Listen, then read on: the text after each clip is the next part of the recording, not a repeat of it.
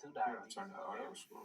Type 1 is easy as well. But type 2 diabetes, usually you just have to get rid of the stress, get rid of the environmental pollutants that's causing the stress. And then you have to eat right. Quit eating so many processed sugars and meat. Eating consumption of meat actually causes type 2 diabetes as well. And if, for those that don't know what diabetes stands for sweet urine. And the reason why it stands for sweet urine is because there's so much sugar in the blood that it turns your urine sweet. You can actually smell the sweetness in the urine because the sugar is not being utilized by the cells, so it's staying inside of the blood. The blood did pass it over to something called the interstitial fluid of the body. This interstitial fluid takes it to something called lymph capillaries. The capillaries go through something called lymph nodes. The lymph nodes break it down and then take it to lymph capillary vessels. It ends up in the kidneys, and then you excrete this sugar out through your urine. That's where you get the word diabetes from, and it just means sweet urine. So when you look at or sweet ciphering of urine. So when you look at meat, when you eat meat got a bunch of lipids in them, especially when you cook it, and then you cook it in, grease or what you would call seed oils, which is very bad for the body anyway.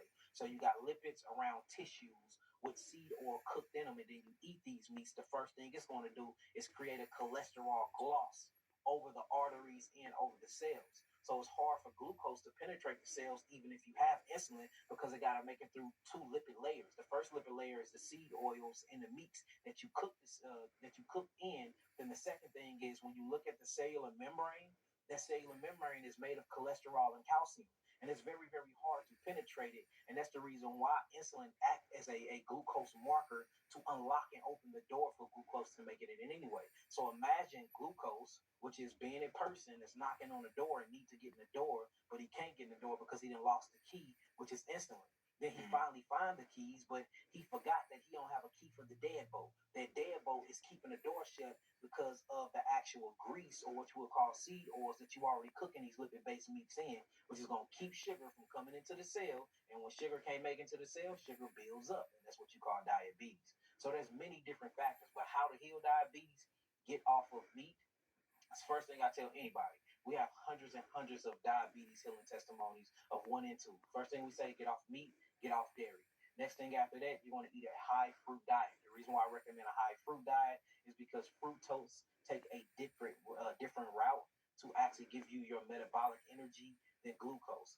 So fructose take a lipid liver route. Fructose needs insulin to go into the cells. You have to cleanse out the pancreas, and what we've been noticing, most people with diabetes have a fluke worm inside the pancreas. So you got to deworm these people. You have to get all the acidic acid up out of the actual pancreas. So we put them on an alkaline diet, and we put them on an all fruit diet, and then we put them on water instead of fruit juices, because fruit juices will actually raise the glucose level. So all fruit diet, and then you drink water. So what we do is we say 100% fruit diet, and we say about 55 ounces of water a day. While you're doing that, you can get things that actually cleanse out the pancreas. Pancreas herbs or things like golden seal. I know a lot of people speak against golden seals because, the late great Dr. Sabi spoke against it, but I have seen golden seal on its own heal a bunch of different, what you will call, so-called diseases in the world.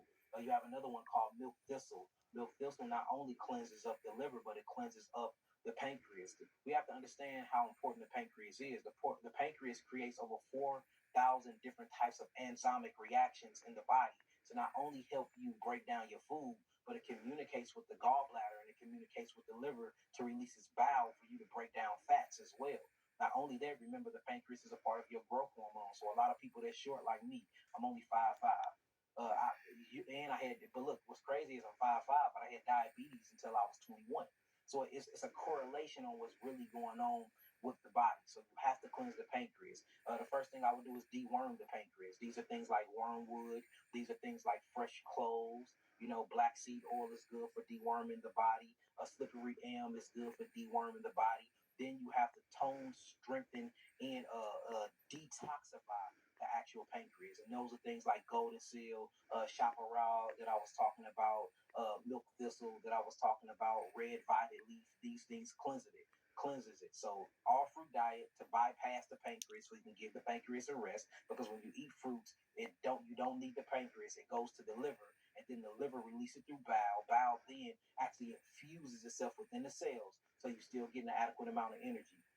Once you do that and the pancreas is at rest, now it's time to cleanse the pancreas. Remember, I was telling you to cleanse the pancreas out and deworm the pancreas. And then you look up a month later, they go get tested and they look at their A1C or they look at their glucose and it's regulated. They don't have it no more.